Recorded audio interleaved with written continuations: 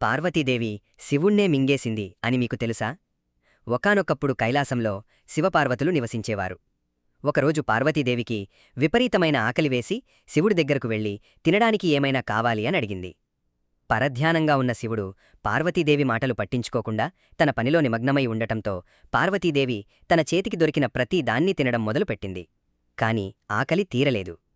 పార్వతీదేవి శివుణ్ణి నోట్లో వేసుకుని మింగేసింది. ఆ క్షణంలో కైలాసం మొత్తం నిశ్శబ్దమైపోయింది.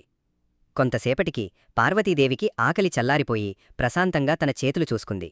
కాని శివుడి గొంతులో ఉండే విషం ప్రభావానికి శరీరమంతా పొగలు కొక్కుతూ చర్మమంతా బూడిదరంగులో మారిపోయింది. అప్పుడు పార్వతీదేవి పొట్టలోంచి శివుడు ఇలా అన్నాడు: భర్త లేని కారణంగా ఇకపై నువ్వు వైవిధ్యంలో ఉండే ధూమవతిగా పిలవబడతావు కాబట్టి ఈ పరిణామం నీ పొరపాటు వల్లే జరిగింది అని చెప్పాడు. నన్ను మింగేయడం వల్ల నీ శరీరం వదులుగా మారి కాంతిహీనంగా వృద్ధురాలిగా మారిపోయావు కాబట్టి ఇది నీకు పాఠంగా ఉండాలని వివరించాడు.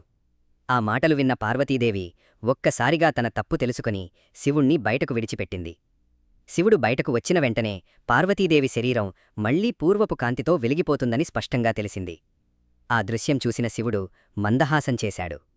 పార్వతీదేవి సిగ్గుతో తలవంచుకుంది.